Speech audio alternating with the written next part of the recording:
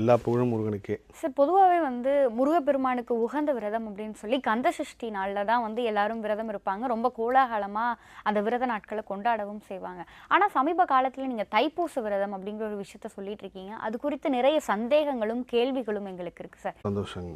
முருகர்னாலே விரதம் தான். முருகர்னாலே நிறைய வழிமுறைகள் இருக்குது, வழிபாடுகள் இருக்குது. அதில் சிறந்தது தான் எனக்கு என்னோட குருநாதர் சொன்னார், 48 நாள் முருகனுக்கு போய் பள்ளி அரைச்சு பூஜை போய் பாரு அப்படின்னார். அப்போ இந்த 48 நாள் என்ன பவர்னு பார்த்தீங்கன்னா 12 ராசி, 9 கிரகம், 20 நட்சத்திரம் கூட்டினா 48 வரும். பூமியை விட சூரியன் 108 மடங்கு பெருசா. 12 மாதம் அதில் ஒரு 48 நாள் முருகனுக்காக இருங்க. அந்த 48 நாள் உங்கள் வாழ்க்கையை மாற்றும். எப்படி மாற்றும் அப்படின்னா, நீங்கள் நினச்சே பார்க்க முடியாத அளவுக்கு ஒரு அற்புதம் அதிசயம் நிகழ்த்தும். ஏன்னா ஏன் இவ்வளோ பேர் பார்க்குறாங்க, ஏன் இத்தனை பேர் இருக்காங்க முருகா அப்படின்றப்போ எனக்கு கோயிலே ஒரு அம்மா மூலயமா பதில் கிடைக்குது. இத்தனை கூட்டமும் இவ்வளோ வர்றது உனக்காக கிடையாது, முருகருக்காக. நீ இந்த எண்ணத்தை நீ நினைக்கிற வரைக்கும் இது எல்லாமே நடக்கும். எப்போ நீ நினைக்கிறியோ அப்போ முருகர் விட்டு போயிடும்.